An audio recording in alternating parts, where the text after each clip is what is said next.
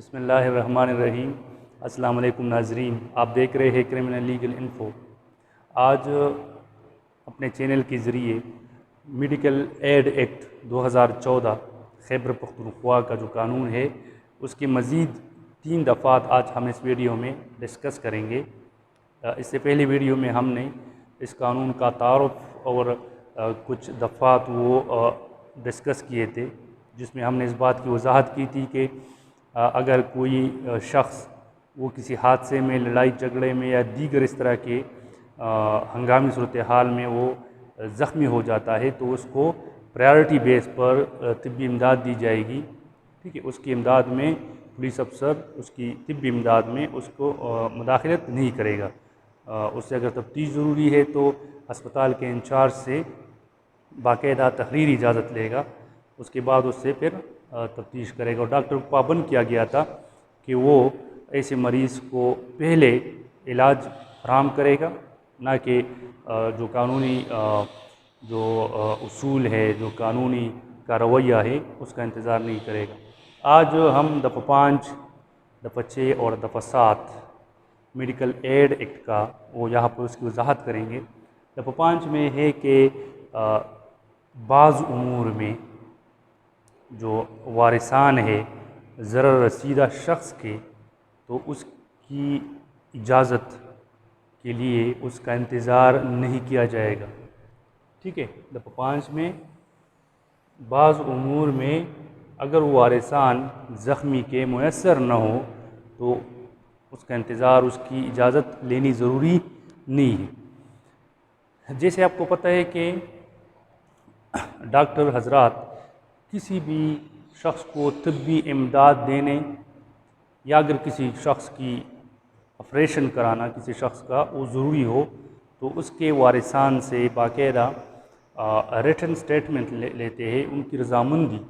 ठीक है, ताकि अगर बाद में दौरान ऑपरेशन, दौरान तिब्बी इमदाद अगर मरीज़ ज़ाया हो जाए तो फिर डॉक्टर के ख़िलाफ़ कोई कार्रवाई वो ना हो सके। तो ये 89 PPC 89 ताज़ीरात पाकिस्तान के तहत फिर उनको इस्तिस्ना हासिल होगी।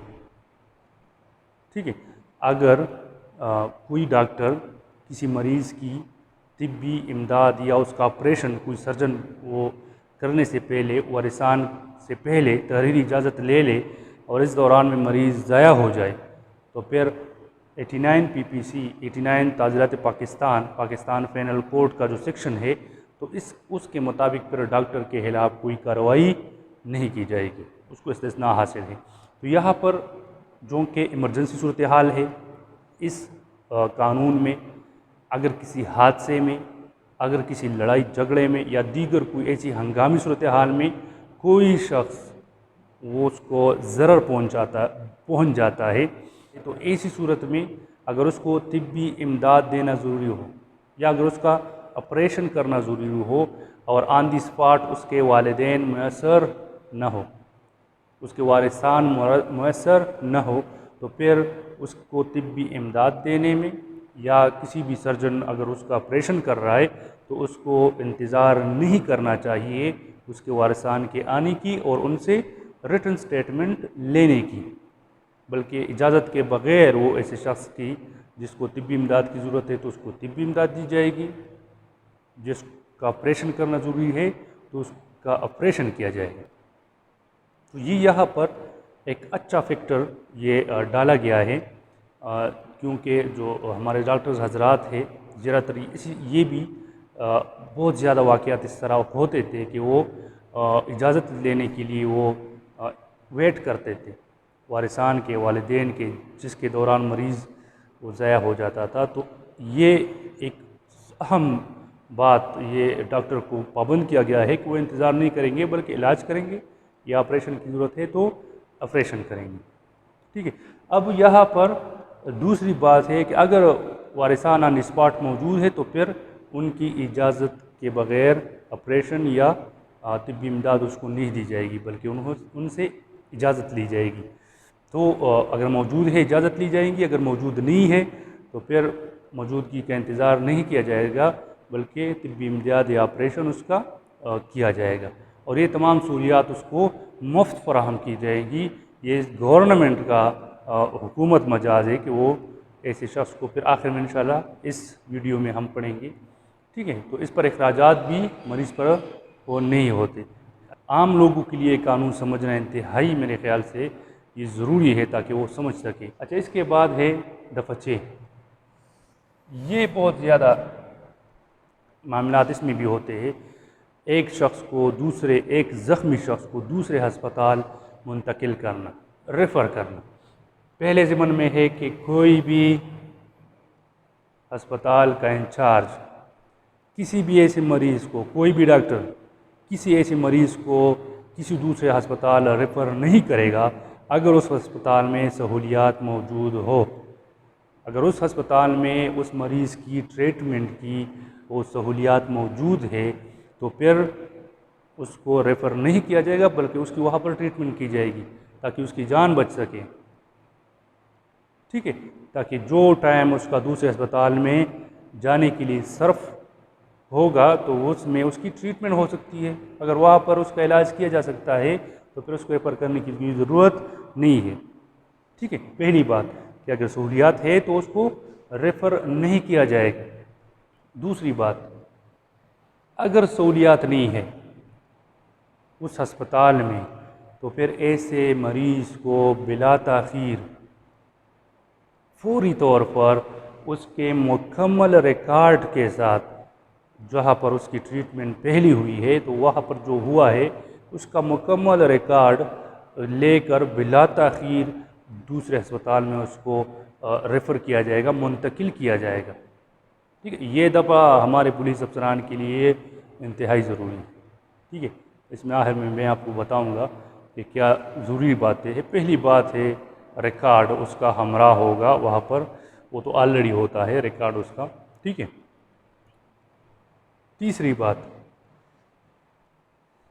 बात ये है कि जो रिकॉर्ड उसके हमरा दूसरे अस्पताल जहाँ पर मरीज़ को ट्रांसफ़र किया गया है उसके इंतज़ामिया को हवाला की जाएगी। वो रिकॉर्ड मतलब पहले अस्पताल में जो उसकी ट्रीटमेंट हुई है सरसरी और वहाँ पर फिर सहूलियात न होने की वजह से मरीज़ को रेफ़र किया गया है, तो रेफ़र जहाँ पर किया गया है उस अस्पताल की इंतज़ामिया को वो पहले वाला रिकॉर्ड हवाला किया जाएगा कि इस केस में हमने ये ट्रीटमेंट मरीज़ को दी है। अच्छा, लेकिन इसके साथ साथ जो अहम बात है, उस रिकॉर्ड की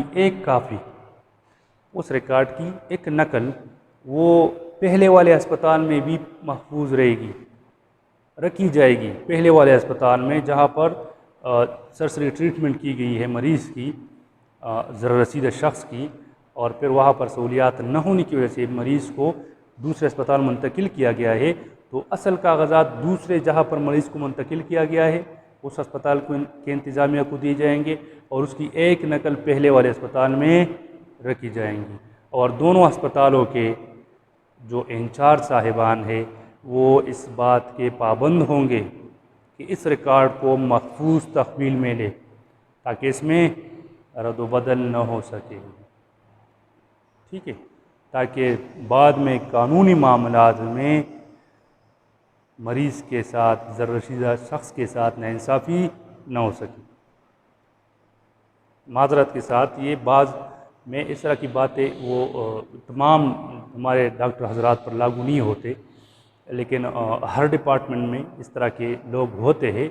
हर डिपार्टमेंट से हमारा डिपार्टमेंट भी आ जाता है। तो इसी तरह हमारे जो हेल्थ का जो डिपार्टमेंट है इसमें भी ऐसे डॉक्टर हज़रात होते हैं जो हेरा फेरी करके रिकॉर्ड को चेंज कर सकते हैं।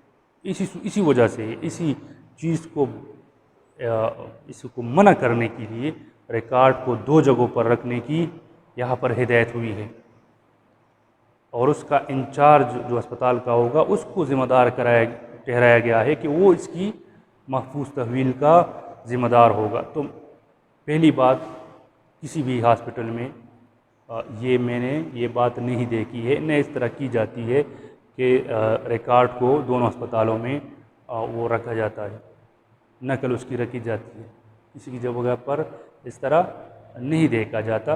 तो ये इस बात को मरीज़ के साथ उसके ठीक होने के बाद जो उसकी कानूनी वो मामलात है उसमें उसके साथ नाइंसाफ़ी ना हो सके, तो इस नाइंसाफ़ी से बचने के लिए रिकॉर्ड को दोनों जगहों पर रखा जाएगा और उसके अस्पताल के इंचार्ज जो ज़िम्मेदार होंगे महफूज तहवील के, ताकि इसमें रद्द-ओ-बदल न हो सके।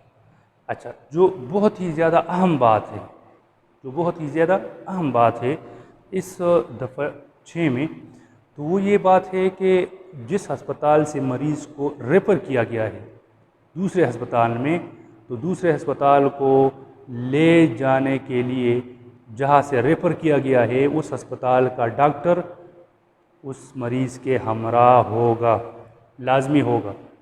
ठीक है, डॉक्टर लाजमी जाएगा उस अस्पताल में जहाँ पर मरीज़ को रेफ़र किया गया है। तो ये प्रैक्टिस बिल्कुल ही नहीं है।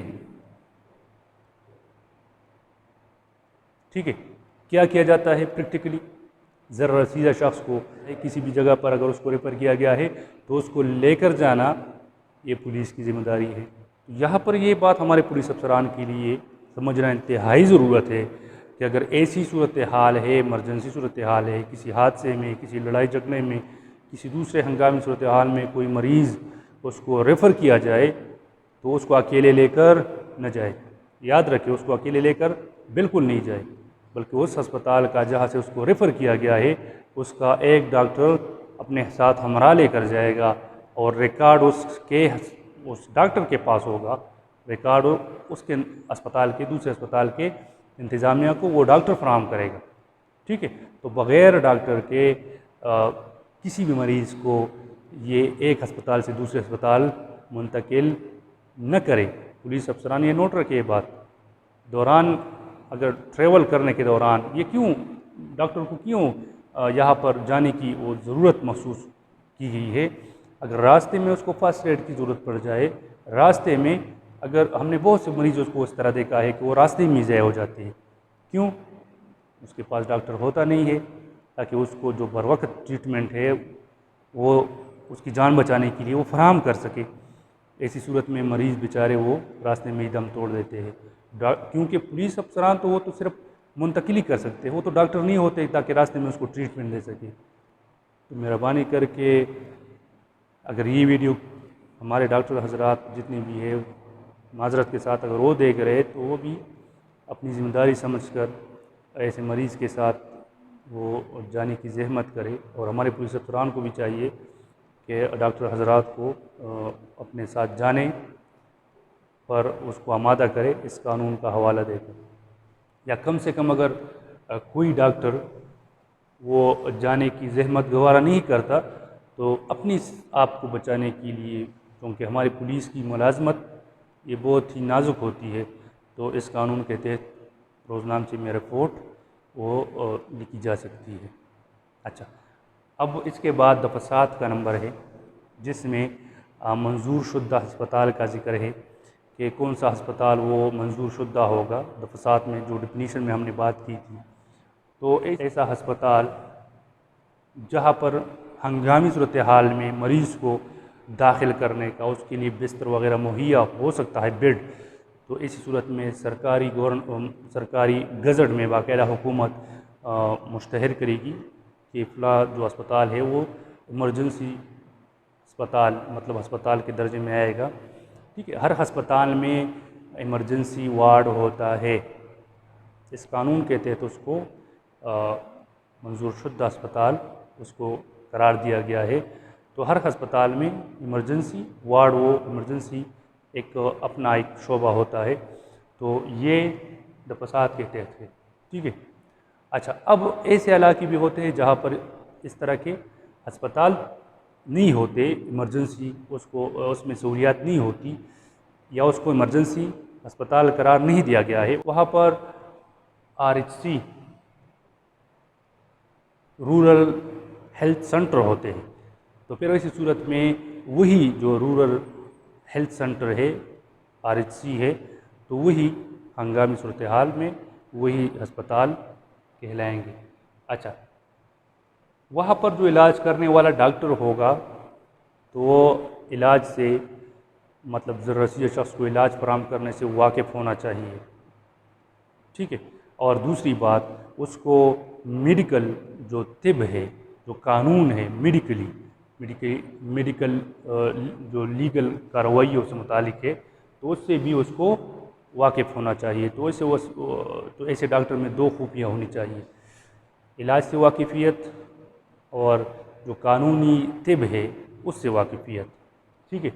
अच्छा, तीसरी बात है हुकूमत के लिए कि अगर ऐसे इमरजेंसी अस्पताल में, इमरजेंसी सूरत हाल में, ऐसे अस्पताल में किसी मरीज़ को लाया जाए, किसी ज़रूर रसीदा शख्स को लाया जाए, तो उसका मुफ्त इलाज करेंगे, उसकी मुफ्त तीमारदारी का बंदोबस्त करेंगे, उसके लिए नर्स वगैरह जो भी है वो प्रोवाइड करना, उसका मुफ्त इलाज करना, ये हुकूमत फराहम करेगी। ये खिदमत फराहम करना हुकूमत की ज़िम्मेदारी। अच्छा, तो ये आज के 3 दफ़ात थे। उम्मीद है आपको इस पर समझ आ गई होगी और आपके जहन में ये जो फर्स्ट एड से मुतालिक बात है मेडिकल एड के इस कानून में, तो वो वाज़ेह हो चुकी होगी और आप समझ चुके होंगे इस बात पर। अच्छा, मज़ीद इसमें दफ़ात है तो वो इंशाल्लाह अगली वीडियो में डिस्कस करेंगे। उस वक्त तक के लिए मुझे इजाज़त दीजिए और अपने दुआओं में मुझे याद रखिए। अगर आपको हमारे वीडियो से इस्तिफ़ादा हासिल हो रहा है तो अपने राय को कमेंट बॉक्स में हमारे साथ लाजमी शेयर करें। अल्लाह हाफ़िज़।